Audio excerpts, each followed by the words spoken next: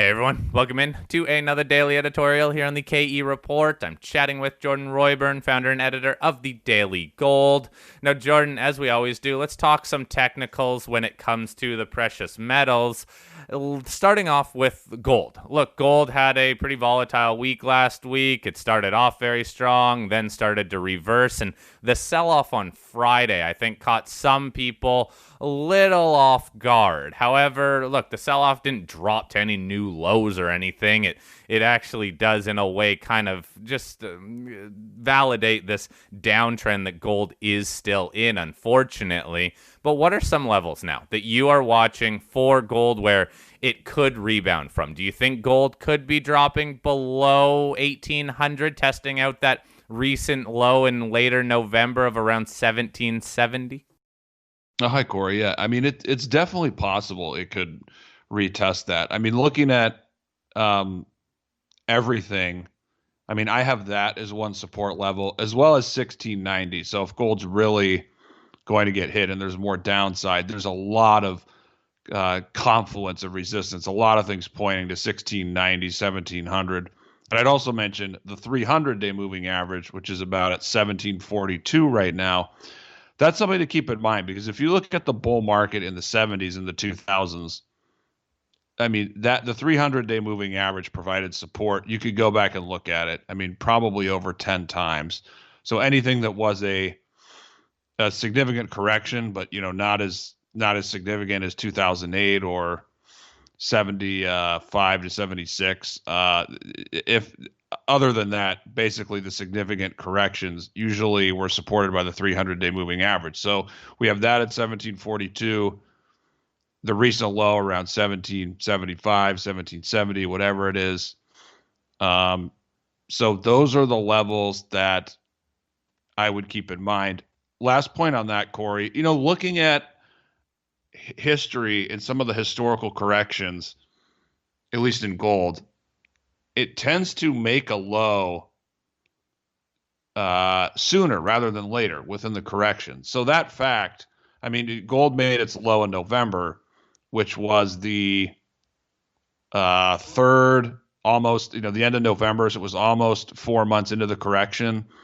When I'm looking at history, for the most part, these corrections, the ones that I've found to be comparable, gold, typically the correction was about a total of 5 or 6 months. So 6 months from the beginning of August would be the beginning of February.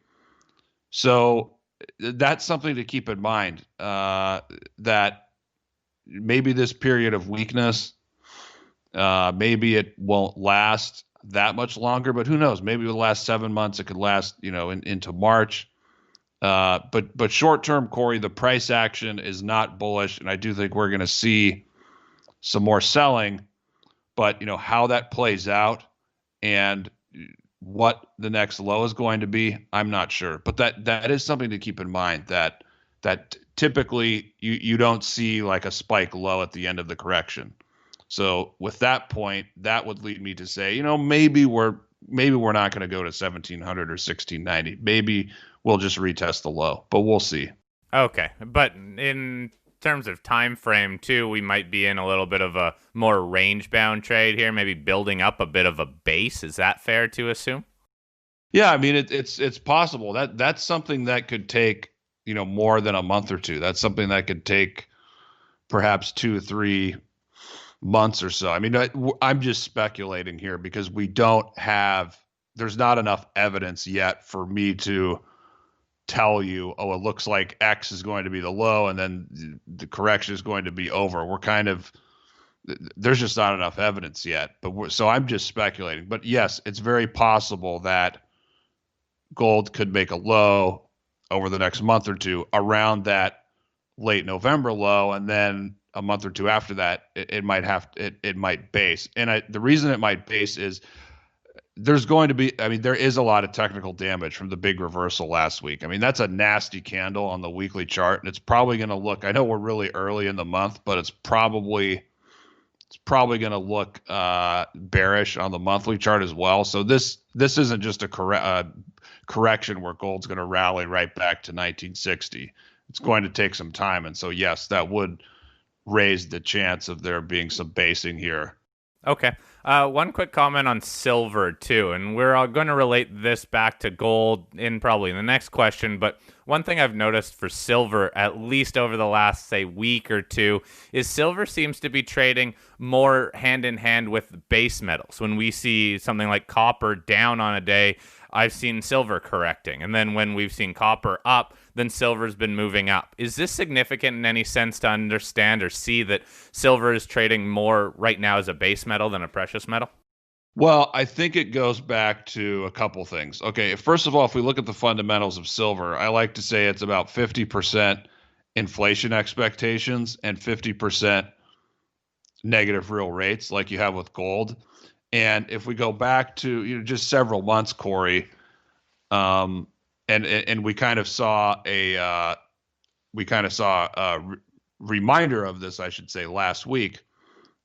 That what's been happening is inflation expectations have been rising, capital's been going out of the dollar, it's been going into emerging markets, commodities, but at the same time, you've had long-term bond yields have moved higher, and so that's been more negative for gold because we're seeing, and I'm getting off track here for a moment, because we're seeing an unwinding in that, bonds and gold trade together. So therefore, silver has been less affected by that trade. So in other words, the fundamentals for silver have kind of been really bullish for half of it, and then the other half, along with gold, kind of neutral to bearish. So silver has been doing relatively relatively a lot better than gold. However, I think if you look at the charts of the base metals, those have still been, and correct me if I'm wrong, those have still been doing a lot better than silver. So yes, the base metals have been helping silver hold up a lot better than gold. But we'll have to see, Corey. If you look at the gold-silver ratio, it may have put in a double bottom in the last week or so, around 70, 71. So that's something to keep an eye on. And also, this is another thing. So let's factor in the dollar. The dollar has put in a little bit of a low. If it can sustain a rebound and we get a bit of a dollar rally and we get a sell-off in the stock market, that's a scenario where silver would start underperforming gold again. Again, I'm not predicting that. I'm just pointing it out as that, this is something as a potential scenario.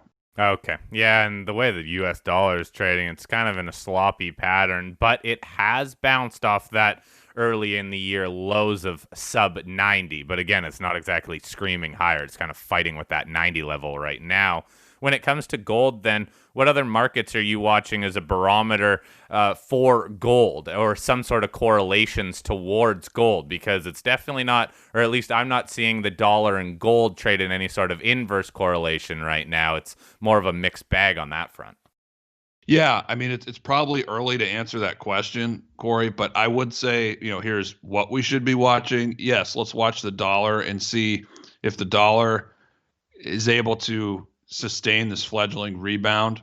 That's something I would watch to see if gold would hold up a lot better than everything else, which I think it would. And also just the ratios, Corey, looking at gold against the stock market, gold stocks against the stock market.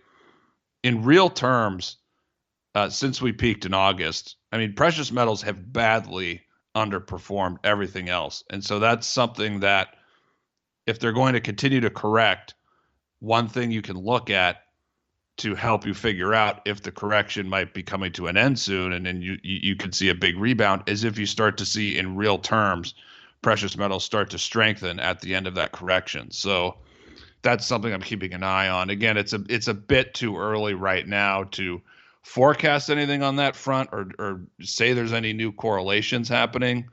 But that's how I would look at it. Look at the relative strength. Also look at the dollar. So those are the things that I'll be watching. Okay, let's drive down to the stocks, starting off with the ETFs, GDX and GDXJ. Those continue to look quite weak, actually. Even the recent bounce for GDX and GDXJ. GDXJ looks better, but GDX continues to underperform. I'm looking at a weekly chart here, and really that last bounce in GDX is nothing to write home about, and it reversed very, very quickly. Kind of goes hand in hand with the conversation I had yesterday with one of our good friends, Dave Erfley, who was mentioning some of these majors charts that are continuing to sell off. They're just not looking strong right now. What are you taking away from the action in, let's say, the majors first and foremost, GDX? Yeah, that's interesting. Some of the majors charts do not look that great, but on the other hand, that could mean they're closer to a bottom. Yeah, I mean, looking at GDX, it's not particularly strong. I mean, the rebound wasn't that great. We touched on it a week ago; it was lagging everything. Looking at GDX, one support level that I'm looking at is the 400-day exponential moving average. Because if you go back and you look at corrections during the bull market years of the 2000s, more than a handful of times there were bottoms at the 400-day exponential moving average. Now, I don't have that in front of me, but I think it's somewhere around 32 for GDX. So GDX is trading at about 36 right now. So that's about 10%, maybe a tiny bit more. So yeah, I could definitely see some more selling in GDX and the majors. But something to keep in mind, Corey, I mean, this is a correction that started at the beginning of August. So we're, aside from the rebound we had, we are 5 months, a full 5 months into it. And capital has already flowed out of the sector to a good degree. I mean, a lot of the negatives that we've been talking about, those have already been discounted.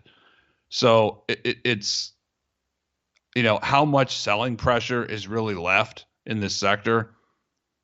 I'm not that sure. There could be a little bit more, there could be some more, but it's just important to keep that in mind, because if we see a little bit more selling, we see more weakness, we come down to really strong support levels. And then you factor that in with people talking about, oh, well, gold's done, the bull market's over, we got to buy something else. These look terrible. That's the setup for a good buying opportunity and the next low and sustainable rebound. So would you say right now sentiment, it's not at that kind of washout level where people are giving up on the sector, but it is definitely at a level where a lot of people just aren't paying that much attention. They're distracted by almost every other market that has outperformed?